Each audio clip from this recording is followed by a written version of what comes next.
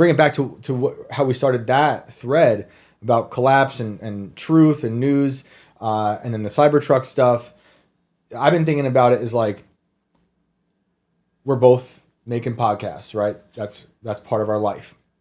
Yeah. And we saw the podcast world really become the thing to help Trump win his election, right? He went into the podcast circuit.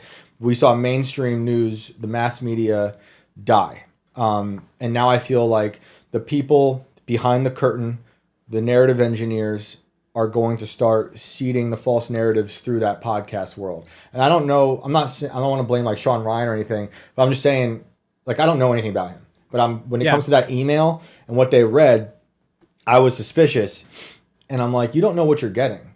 And it seems like it could be part of predictive programming. The thing that Adam Curry talks about with this, which freaks me out, is you don't like. So Sean Ryan he was in the military, but he's also a CIA contractor. Exactly. He's like, so Curry's like, you don't leave the CIA. Exactly. Like, and you can't talk about it, right? So it's like, to me, that would be a big red flag. Big time. That's how I feel too. I always say there's really no such thing as ex-CIA. Yeah. You're always in. And I'm suspicious of the intelligence you're getting because I'm already suspicious of the whole apparatus you left. I'm putting in quotes for people who are listening. But like, if you know about anything like Operation Mockingbird, the government loves to put false narratives out there or predictive programming because that's how they can affect change. And now it seems to me, the podcasts are the home to many dissident voices. And if they could subvert the subverters, that's a real problem. And I'm hoping that the people who are openly, dissenting of these people, even if they're people you voted for in the periphery of people you voted for, you still criticize them and at least be suspicious because they're going to try to they are waging war on your perception of reality. And now that they see that, the podcast world is the one that's so close to this new administration when it comes to the news and the mainstream media is dead, they're going to attack it full force from within, from outside, Mockingbird style, who knows what, MK Ultra style probably too.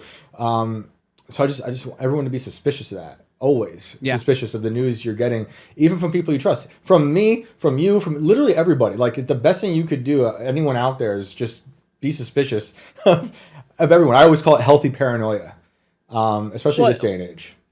Well, I know, like I'm a big fan of Ian Carroll's work. I think Ian does an excellent job with actually finding sources and data and things like that. Yep.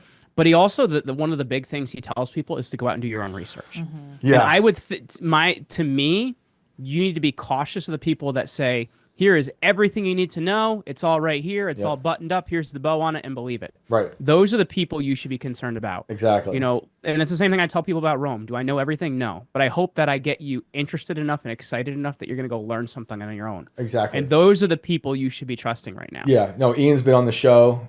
Big fan of Ian. Another thing I say about Ian too is, sometimes I've seen him, maybe it's once or twice, say something and then say, hey, look, I got that wrong. That also is a very rare thing that happens, especially when you're sharing like big breaking news. Because it's coming so fast and we're being inundated with the information constantly. He's under attack now by everyone.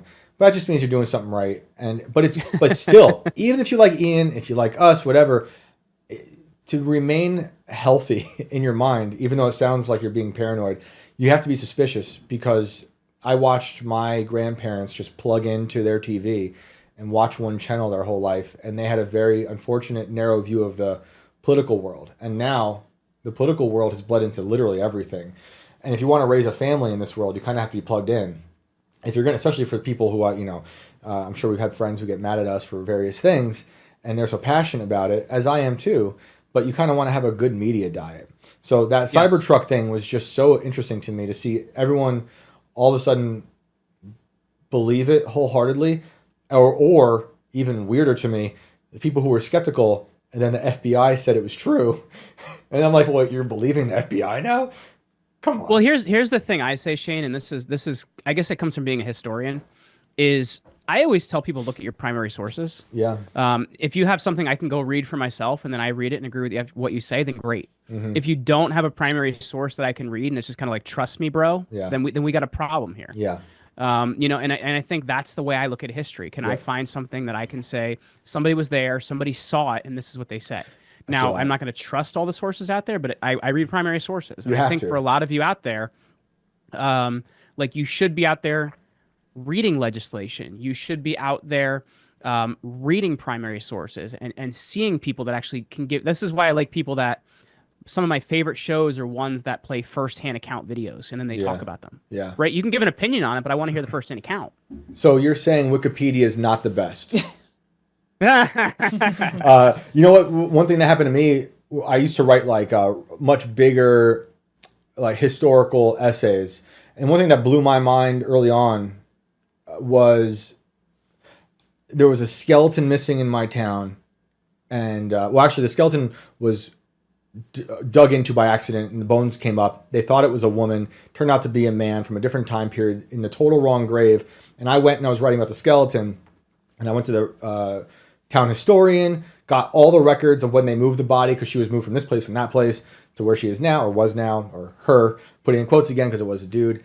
And I'm finding the letters written between 3 groups of people that moved the body that couldn't even agree on this person's origin story. So I'm watching them in like the 1920s construct her story, because they're being like, one person saying, well, I thought she was from Ireland, and this person saying, I thought she was from Highland Falls, New York, and others saying this and that. So they constructed through these letters her origin story. And she was like a supposed, she's like a folk hero from the American Revolution, Margaret Corbin. I talked about it on the show before, but I don't think she really exists. You know, I don't think there's probably a lady like that. But the funny thing to me is, if you travel around Pennsylvania and New Jersey, you might have seen Molly Corbin, Margaret Corbin. There's different rest stops along the highways dedicated to her. We had our own, and she became like this myth. And I don't think her story is exactly what they told us. So it's just fascinating to go back and do the research, look at the early accounts of her. Even though, you know, I'm looking at accounts from that predate the 1920s, from like when they buried her and the people in town that knew her, and then the stuff in the 20s. So nothing matched up, but they all kind of agreed on it as the authority made that fact. And that's not really that long ago. Are you saying they're like Wikipedia?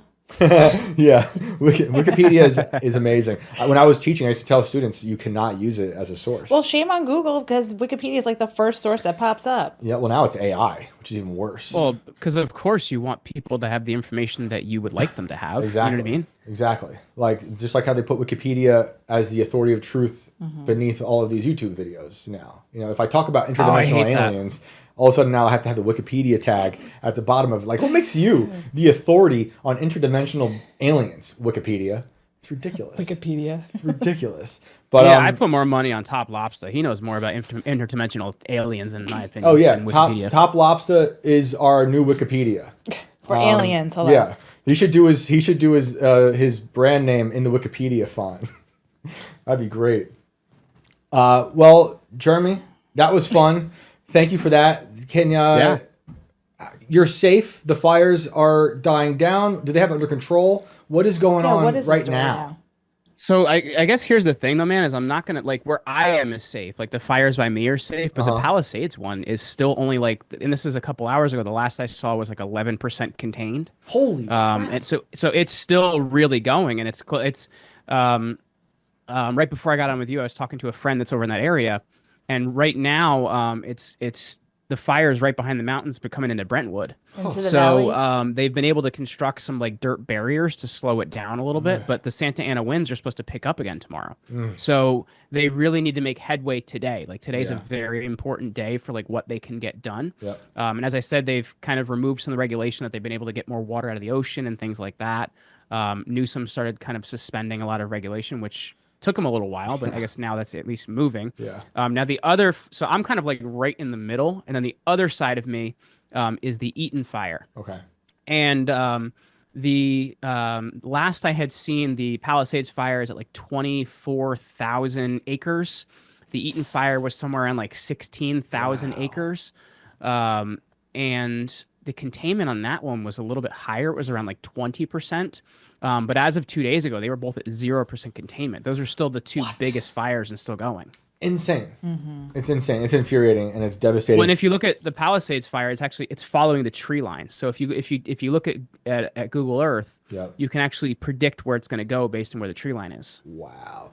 California is one of the most painfully beautiful states I've ever visited.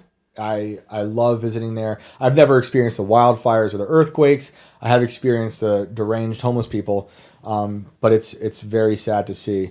And I hope you and the family stay safe out there, dude. And please let everyone know where they can find you online.